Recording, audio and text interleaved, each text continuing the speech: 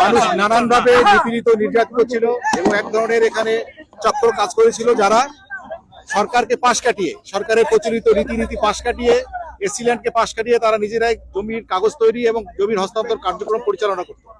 এবং এখানে এমনই একটা অবস্থা ছিল এখানে যে সাধারণ মানুষ এখানে ঢুকতে পারতো না, বিশেষ করে পুলিশ এখানে ঢুকতে এবং অন্যান্য আইন শৃঙ্খলা বাহিনী ঢুকতে এখানে ভয় পেত অনেক সময়।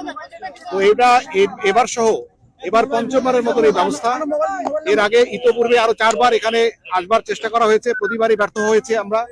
এবার আমরা সবাই মিলে এবার সম্মিলিতভাবে যৌথভাবে আমাদের পুলিশের সঙ্গে বাংলাদেশ সেনাবাহিনী, বিজিপি, র্যাপিড অ্যাকশন ব্যাটালিয়ন আর জেলা প্রশাসন তো রয়েছেই, জেলা প্রশাসনের বিরাট একটি অংশ যারা ওনারা বেসিক প্রোভাইড করেছেন আমাদেরকে, সবাই মিলে আমরা এইবার আশা করি সফল হয়েছি বলে আমরা মনে করছি। এবং এই জায়গার উপর আমাদের পূর্ণ অধিকার প্রতিষ্ঠিত হয়েছে। আজ থেকে এখানে 2টি ক্যাম্প চলমান থাকবে, বাংলাদেশ পুলিশের একটি ক্যাম্প এবং র্যাপিড অ্যাকশন ব্যাটালিয়নের একটি ক্যাম্প, 2টি ক্যাম্প এখানে চলমান থাকবে।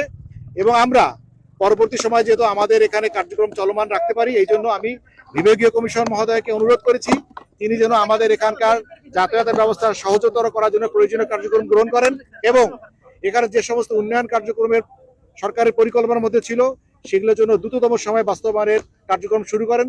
তা না হলে এই জায়গাটার উপর নিয়ন্ত্রণ প্রতিষ্ঠা করা আমাদের জন্য কঠিন হয়ে যাবে। আশা করছি বিভাগীয় কমিশনার মহোদয় এই ব্যাপারেও তার কর্মপরিকল্পনা আমাদেরকে এবং আপনাদেরকে সবাইকে জানাবে।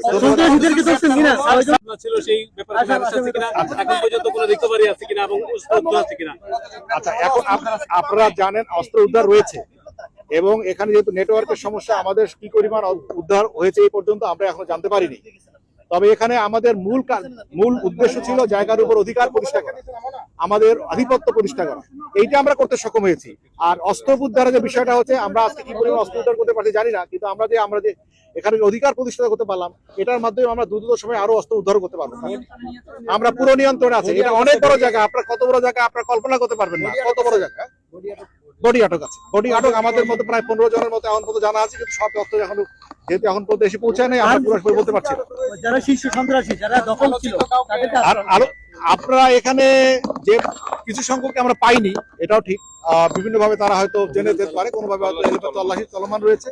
তবে আমরা এখন পর্যন্ত কাকে পেয়েছি আমরা বুঝতে পারবো না, বাট আমরা